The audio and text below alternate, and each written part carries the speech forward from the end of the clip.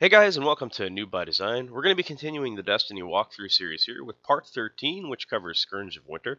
Scourge of Winter is a level 12 Venus mission, and the first portion of it is pretty sort of bland. If you guys are only having difficult with the Draxus fight, Draxus is the end boss in this mission itself, then I do have a guide specific for that Draxus fight if you want to just skip on through or check my channel out and check that guide directly. Alternatively, you can also see that portion of the this mission at the end of this guide here as well.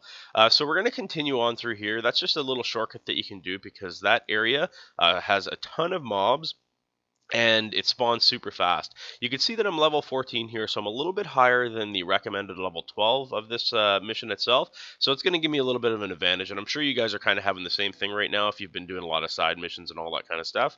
If you're leveling a second job, then you're probably, or second class rather, you're probably going to be right on level 12 because I don't imagine you'll be doing too much extra stuff on the side.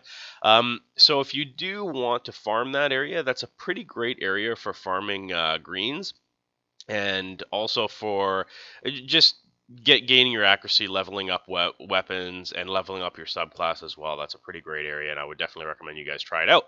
So we're going to get into the first portion of it here where you can see you're basically going to have an awesome opportunity to use your sniper rifle in a lot of this mission here itself. So what we're going to do is we're going to slowly clear out these mobs, and then we're going to get into basically a lot more mobs to clear. And then finally we're going to get to the boss of this mission, and the boss is pretty good. There's nothing too complicated about him, just because he still kind of follows that, not rule, but general thing that Bungie's done with this game, and has kind of made it so that a lot of bosses get stunned by the sniper shot to the face. You'll have some bosses later on that don't follow that rule, obviously, because that would be too easy if they had every single boss for the entire portion of the game follow the stun rule, and then everybody would just sit there popping them in the face with the sniper rifle. However, that being said, there is always a critical spot that you can hit on every single boss. It'll always be like that with every single boss here, I'd imagine, just because they want you to utilize skill and not just randomly dump bullets at a mob itself. Alright, so we're going to continue on through here, and we're going to work our way towards basically a clean portion of the mission here where we'll basically not have to kill so many mobs. You can see I'm kind of getting my sniper rifle out, not really for any reason. The mobs aren't that far away, more just because I'm trying to get some practice with the sniper rifle. I'm kind of working my way to that area right now where I'm trying to consider maybe doing some PvP. Believe it or not, I am level 23 light now. Obviously I'm on level 23 light on this character. These are delayed videos, as I mentioned that in my last video to you guys there. But I'm level 23 light. I still have not played PvP outside of beta itself. So you can see right now I've done a lot of the game in PvE, player versus environment there, but nothing really on player versus player. In the beta I did pretty much exclusively player versus player. I love the player versus player portion of this game. It's quite awesome. I just don't want to get in there without getting the nice gear and getting ready for the raid itself to kind of participate in that kind of stuff. Once I get all that stuff sorted, I'll probably get back into the PvP aspect of this game and start enjoying myself, maybe post some videos of some matches and stuff like that. And if the tips still hold true for what I was doing in PvP and beta, then maybe I'll post some tips on that. That being said, I might have to brush some dust off there, so it might be a little bit before we get those videos out. And you can see I'm still not using the Titan subclass Defender. I just actually switched to Defender on, like, when I'm playing live here right now at level 22 light, and I'm actually having quite a good time on Defender. It's you've got that globe super that basically imposes a globe around you and protects you and your allies. The only thing about it is I kind of wish that at least in PvE I could see how it could be a huge disadvantage to everybody in PvP if you had that globe that defended you and you could shoot from the inside of it. But I wish that during PvE you could throw that globe out there and just basically shoot through it at your enemies. Maybe not the bosses. Maybe if the bosses didn't work on, that'd be okay. But it would be really awesome if you could just shoot this globe around you and shoot through it at your enemies, which currently right now, at least on my Defender, I can't do. Maybe later on when you level it up, you can do it, and I'll let you guys know in a future update. But the Defender class for Titan is pretty awesome.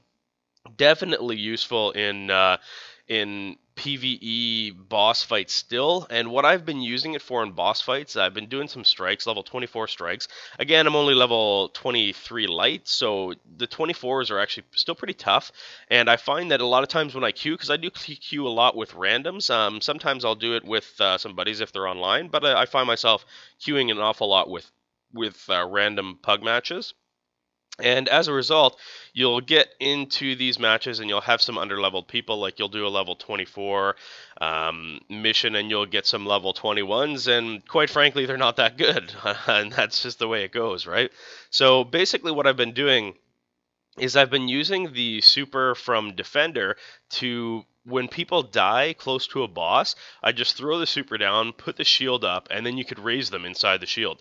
And I find that's a super effective way because in the level 24s, you don't want to have anybody down at all. You want everybody up for the mission itself. Um, so, anyways, now that I'm done saying about a decent use for that ability, that I don't know if many people have tried using that, or people thought about it, or maybe everybody's thought about it. I'm just the last kind of to come to that conclusion. I don't even know. But yeah, we're going to continue on through the mission. You can see that again. It's a pretty great sniper location. When you do the strike zone that's here, this is tough. When you do the level 24 strike zone here, when you're opening the door that's just to our left, boy, this is a tough match. You get spawned three basically insane minotaurs that are just beasts. Yeah, they're just monsters. They'll just tear you apart, and that is a terrible one to do with pugs, I find. Just because, and I'm referring to pugs, just pickup group. Just if you guys aren't familiar with the term pug, it just means pickup group. Um, so anyways, yeah, you can see we're just clearing on here, trying to make our way to the boat up there. We're just gonna keep on going through here now that I think I've done with my sniper rifle round practice here for a bit at least until I clear up these guys close on to me. I will say also, this, though you would think it would be an awesome area to farm, sorry, because there's so many spawns here, it is a terrible area. I tried farming here on the patrol mission portion of it, and it's terrible. The mobs take forever to spawn. Very surprisingly, I thought for sure this would be just a fantastic area to farm, and it's just not. I was really surprised on that, so I'll save you guys the time of trying to farm this area. It's not at all effective. Um, and yeah, that's just the way it is. If you guys do have some suggestions for farming areas, I'm going to be starting to release some farming areas here very shortly. And what I will be releasing is what their purpose of farming is. Some of them are going to be farming for glimmer. Some of them are going to be farming for blooms. Some of them are going to be farming for spine metal. And some of them are just going to be for farming for green drops or blue drops and all that kind of stuff. So yeah, you can see right up here is actually where you would get a chest. It's right down here. If you guys haven't picked it up, you can see I already picked it up, and I've already posted it in my video. I did it in a separate specific video to that, just because it's easier, I find, with the chest videos if you go directly to something. And show people exactly how to get there in a fast way, because they might have already done all the mission and they don't want to clear all the ads and all that kind of stuff. So if you guys are interested, check out my video on how to obtain the Venus chest, or actually every chest. Right now I have a video up for every planet's chest locations, how to get all the chests. So if you want to check those out, go ahead. In the meantime here, we're just going to come up to another area where there's a decent amount of spawns themselves kind of sitting and hanging around. Nothing too difficult about this either. You can see we're basically just clearing stuff to get to the boss at this point. There's nothing too crazy difficult. You might die in some of these areas if you don't clear the mobs appropriately, and by that I mean if you get yourselves in a situation like this and you don't have a super ready that can just decimate them. This Reaver is a little bit difficult just because the Reavers the Reaver captains tend to move really fast. They teleport really fast. As soon as they start taking damage, you'll see they teleport pretty quickly. And for a guy like me that's not super good at sniper rifles yet, you're kind of at a luck when you're trying to kill them with a sniper rifle here. You can see as soon as he took some damage there, he teleported. And kind of now I have him stunned, so I kind of got a better situation going here. But the sniper rifle I'm using right now, unfortunately, only has a magazine capacity of 3 rounds, which is terrible. I've since upgraded to a legendary sniper rifle. My legendary actually carries 6 rounds, which is fantastic, and that's because it's been upgraded. And one of the upgrade options for it was to basically increase your magazine capacity, and I definitely recommend doing that because having a huge magazine for a sniper rifle, specifically for boss fights, is fantastic. You could not ask for something better in a sniper rifle. I mean, I guess you could ask for some damage, but I'll take magazine capacity over damage in a sniper rifle within reason any day. Because if you can pop off quickly 6 sniper round shots to the head, reload, and then do it again, it's far better than a little bit more damage and popping off 3. I understand that you probably are only going to be able to carry 12 to 16 sniper rounds, so you want to make sure every count. But for most of the sniper rifles, at least the legendaries, you'll find that once you get it, you'll actually get more drops anyways. So you'll actually get more secondary ammo drops once you get your legendary weapons. I don't know if that's just my luck with it or if that's intentional. Some of them specifically say that they'll encourage more ammunition to drop. However, I have had, like I said, an increased amount of drops for specialty ammo when I just have a legendary weapon equipped anyways. It's just, for whatever reason, it just seems to be that's the way for me.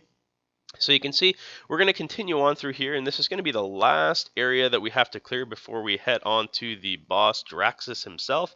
And there's a couple neat little tricks I want to show you about Draxus. Again, if you guys were just here to see the Draxus portion of this fight, I do have a better and very specific guide to the Draxus fight itself, and that will be on my videos there if you want to check out my channel and specifically go to that video. It's pretty detailed and tells you exactly what you have to do for that fight specifically itself. And I will, like I say, I'll get into it as well here, just maybe not into as much detail as I do in that specific guide to this fight. So you can see I'm trying to pick off a Kel's Guard here, and the Kel's Guard, there's going to be a couple more Kel's Guards inside with the boss there, and those are the only ones that are tricky to get rid of, at least before you start fighting the boss itself. So you can see we're still ripping through here, killing off these mobs, and somehow in this little tiny room I managed to get two green drops, which is awesome, and that doesn't happen too often, so I'll take that. I'll definitely take that. I wish they were blue drops, but you can't complain with getting at least a green anyway. So we're still good with that. I'm still happy with that. So you can see we're gonna, and of course they're both weapons, so it's fairly useless aside from leveling up. Anyways, this is the path that you're gonna go to fight Draxus himself, and there's a little trick about this. You can clear the room prior to Draxus engaging, and how you do that is you do not pass the door. As soon as you pass the door, you activate the boss, or as soon as you shoot him, you activate Draxus as well. So he'll just stand there completely oblivious to the fact that his buddies are all dying over here. He's apparently not hearing the gunfire or anything like that, but that's okay. That's great for us. So you can see we managed to clear all the ads except for the 2 Kel's Guards, and before we actually engaged in the fight. Now, if you wanted to use some of your sniper rounds to get rid of the Kel's Guards, that's very easy to do. I was conserving my sniper rounds because I wanted to save every single piece of sniper ammunition for Draxus himself, because that is the fastest way to defeat Draxus. So the trick to Draxus, again, is going to be, he's going to be one of those mobs that you can stun by shooting in the face. And you can see I'm still trying to get rid of these Kel's Guards because they're kind of the bane of your existence while you're trying to fight them. Just because they basically flank you while you're trying to avoid Draxus himself. So we're going to try to get rid of these guys as fast as we can here. You can see just one quick super got rid of the fully charged Kel's there, and now it's just a matter of basically getting rid of this other guy here. So we're just going to punch him in the face a couple times and make him think about what he's doing there. So you can see right now we're only at Draxus himself. And the stun point is going to be those little eyes that he has right on his forehead there. So you can see out of those 3 shots, I only hit him once, and I only have 3 bullets each magazine, which is unfortunate for me. I find if you do slowly walk backwards, it's a lot harder for him to hit you because he'll hit at your feet a bunch. And once you get him down to halfway, I know he's longer than halfway now, but those mobs have been, the sharks there have been spawned for a little bit longer than this. He does spawn the sharks. So we're going to keep on trying to get through him here. And you notice he does warp as well, so be aware of that. And we're going to keep on going through here, and you can see the sharks. We may as well take out a couple of these sharks while we're up here, and we can easily easily and quickly switch to our assault rifle to take them out. Again, we're going to be kind of conserving our sniper rifle ammo for the boss himself there, and I may as well just take this guy out here with a quick punch while I'm at it here, and this guy as well. So now we're just basically us and Draxus here, and hopefully we can take him out rather quickly here. He doesn't have too much health left. It's just a matter of getting to him and finding where he's actually hidden here. So it looks like he's using the I don't know, whatever you call it there, the generator or whatever it is to dodge us there and make it difficult for us to get to him. And you can see he's kind of warped himself again there, and we'll take the one last shot to his face, and that will finish this off, guys. That's all there is to this entire mission. Like I said, there's nothing super difficult about this mission. In fact, it's fairly easy until you get to Draxus there. Draxus can be a little bit of a pain, but as long as you're kind of paying attention, it shouldn't be a problem at all for you guys. If you guys enjoyed this video or found it useful at all, please click the like button. It helps me an awful lot when you do. Also, if you guys have a moment, if you can click that bright yellow subscribe button in the center here, that'll notify you every time I publish another video. Thanks for watching.